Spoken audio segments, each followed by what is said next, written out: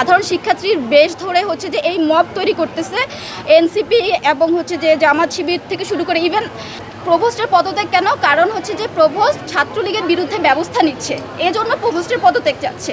বাংলাদেশ জাতীয়তাবাদী ছাত্রদলের নামে যে সারা বাংলাদেশে যে প্রোপাগান্ডাগুলো হচ্ছে অথবা বাংলাদেশ জাতীয়তাবাদী ছাত্রদলের বিপক্ষে যে মব তৈরি করছে বিভিন্ন গুপ্ত সংগঠন অথবা যারা নতুন রাজনৈতিক দল গঠন করেছে, তারা বাংলাদেশ জাতীয়তাবাদী ছাত্রদলের নামে এরকম প্রোপাগান্ডা করে বাংলাদেশ জাতীয়তাবাদী ছাত্রদলকে এক ধরনের বেকায়দায় ফেলতে চাই। আমরা তো আর অপর কোনো সংগঠন না যে কোনো ছাত্রলীগের পদধারী কাউকে আমরা এলাও করি। দেখেন, আইন শৃঙ্খলা রক্ষাকারী বাহিনী বলেন কিংবা অপর যে যারা সংগঠন রয়েছে তাদের কোনো ভূমিকা নেই, এই সরকারের যারা দায়িত্ব রয়েছে তাদের কোনো ভূমিকা নেই।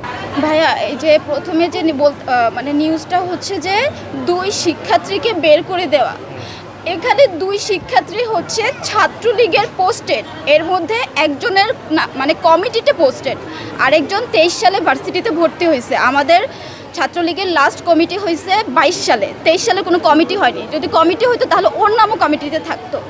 আর ভাইয়া, আমাদের শেরেবাংলা কৃষি বিশ্ববিদ্যালয়ের আমাদের এই হলের আগে নাম ছিল বঙ্গমাতা বেগম ফজিলাতুন্নেসা মুজিব হল। তো ওই হলে আমাদের কিছু রুমের স্ট্রাকচার হচ্ছে ভাইয়া, ধরেন আমি যদি উদাহরণ দিয়ে বুঝাই, ওয়ার্ড আর ভিআইপি কেবিনের মতো।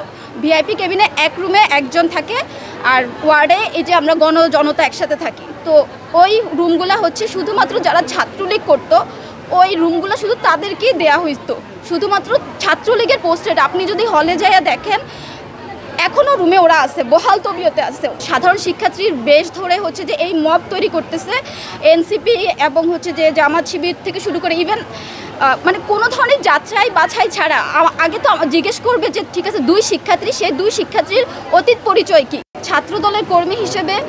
আর আমাদের ভাইয়া মানে এনসিপি, আমাদের ভার্সিটির এনসিপি একটা অবস্থান কর্মসূচি করছে গতকালকে, সেখানে দাবি জানিয়েছে যে প্রভোস্টের পদত্যাগ।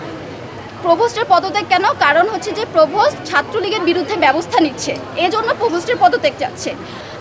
আমি কিন্তু তখনও ছাত্রদলে যোগ দিইনি, আমি টোটালি, আমার বাবা মা নন পলিটিক্যাল, আমিও নন পলিটিক্যাল ছিলাম। আমি জুলাই আন্দোলনে একজন সমন্বয়ক ছিলাম এবং আমার ভার্সিটির বর্তমানে যে এনসিপির নেতা, সেই নেতা সহ আমরা এই যে রিফাত রশিদ, হান্নান মাসুদ, আসিফ মাহমুদ সবার সাথে জুলাই আন্দোলনে সমন্বয় করে যুদ্ধ করছি। ওয়ালটন আবারও মিলিনিয়ার অফারে ওয়ালটন ফ্রিজ কিনে আপনিও হয়ে যেতে পারেন মিলিয়নিয়ার। মিলিনিয়ার ছড়াছড়ি দেশ জুড়ে, এটা শুধু ওয়ালটনই পারে। যে রাবেয়া তাসিন মুন, যেই 2জন শিক্ষার্থীকে জোর করে মিছিলে নেওয়ার যে ঘটনা গণমাধ্যমে প্রকাশিত হয়েছে, এই ঘটনা চরমভাবে মিথ্যা এবং প্রোপাগান্ডা। তিনার বিরুদ্ধে শক্ত অবস্থান নিয়েছিল এবং শেরেবাংলা কৃষি বিশ্ববিদ্যালয়ে তিনি নেতৃত্ব দিয়েছিলেন রাবেয়া তাসিন মুন, এবং পরবর্তী সময়ে তিনি বাংলাদেশ জাতীয়তাবাদী ছাত্রদলের রাজনীতির সাথে সম্পৃক্ত হয়েছেন। ওনাকে জড়িয়ে বাংলাদেশের 2-1টি সংবাদ মাধ্যম একটি নিউজ করেছিল যে মিছিলে না যাওয়ার কারণে অতীতে ছাত্রলীগ করেছে এরকম রাইফা, রূপা এবং উম্মে হাবিবা সুপ্তি, ওনারা 2জনই ছাত্রলীগের শেরেবাংলা কৃষি বিশ্ববিদ্যালয়ের কর্মী ছিলেন।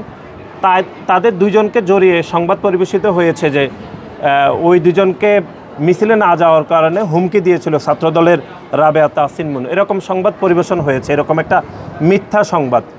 তার পরিপ্রেক্ষিতে ছাত্রলীগ যেই গণঅভ্যুত্থানে যারা পালিয়ে গিয়েছে এবং শিবির এবং বৈষম্যবিরোধী ছাত্র আন্দোলন এবং নতুন যে রাজনৈতিক দল গঠিত হয়েছে, সে নাগরিক কমিটির কিছু নেতৃবৃন্দুর উস্কানিতে আমাদের রাবেয়া তাসিন মুনের ব্যক্তিগত নাম্বারটি তারা ইন্টারনেটে ছড়িয়ে দিয়েছে এবং তাকে হেনস্থা করার জন্য তার ব্যক্তিগত ছবি ইন্টারনেটে ছড়িয়ে দিয়েছে। এই ঘটনার দ্বারাই স্পষ্ট প্রমাণিত হয়, সেটি হচ্ছে যে বাংলাদেশ জাতীয়তাবাদী ছাত্রদলের নামে যে সারা বাংলাদেশে যে প্রোপাগান্ডাগুলো হচ্ছে অথবা বাংলাদেশ জাতীয়তাবাদী ছাত্রদলের বিপক্ষে যে মব তৈরি করছে বিভিন্ন গুপ্ত সংগঠন অথবা যারা নতুন রাজনৈতিক দল গঠন করেছে, তারা বাংলাদেশ জাতীয়তাবাদী ছাত্রদলের নামে এরকম প্রোপাগান্ডা করে বাংলাদেশ জাতীয়তাবাদী ছাত্রদলকে এক ধরনের বেকায়দায় ফেলতে চাইছে। একটি প্রোগ্রামকে কেন্দ্র করে বলা হয়েছে যে সে জোরপূর্বকভাবে 2জন সাধারণ শিক্ষার্থীদের হুমকি দিয়েছেন যে কর্মসূচিতে না গেলে তাদেরকে হল থেকে বের করে দেওয়া, এরকম নানাবিধ প্রপাগান্ডা ইন্টারনেটে ছড়িয়েছে। এবং সেই প্রপাগান্ডার অংশ হিসাবে কিন্তু আপনি দেখবেন যে অপর ছাত্র সংগঠন যারা রয়েছে তারা এখানে ভূমিকা রেখেছে এই প্রপাগান্ডায়। পরবর্তীতে আমরা নিশ্চিত হলাম যে এই দুজন ছিল ছাত্রলীগের। আমরা যখন তদন্ত করলাম, তদন্ত করে আমরা নিশ্চিত হলাম যে এই দুজন ছিল ছাত্রলীগের কর্মী, পোস্টদারী নেত্রী, এবং তাদেরকে কর্মসূচি নিয়ে যাওয়ার তো প্রশ্নই আসে না, যেহেতু ছাত্রলীগের পোস্টদারী নেত্রী। আমরা তো আর অপর কোনো সংগঠন না যে কোনো ছাত্রলীগের পদদারী কাউকে আমরা অ্যালাউ করব, এটা আমাদের ছাত্র দলের ইয়ের মধ্যেই নেই। পুরো বাংলাদেশে আমরা প্রায় 1500 ছাত্রদলের কমিটি করেছি, সেখানে 1500 শিক্ষা প্রতিষ্ঠানে, সেখানে যদি সামান্য পরিমাণেও বিচ্যুতি ঘটে থাকে 1500-র মধ্যে, আমরা তাৎক্ষণিক ব্যবস্থা নিয়েছি।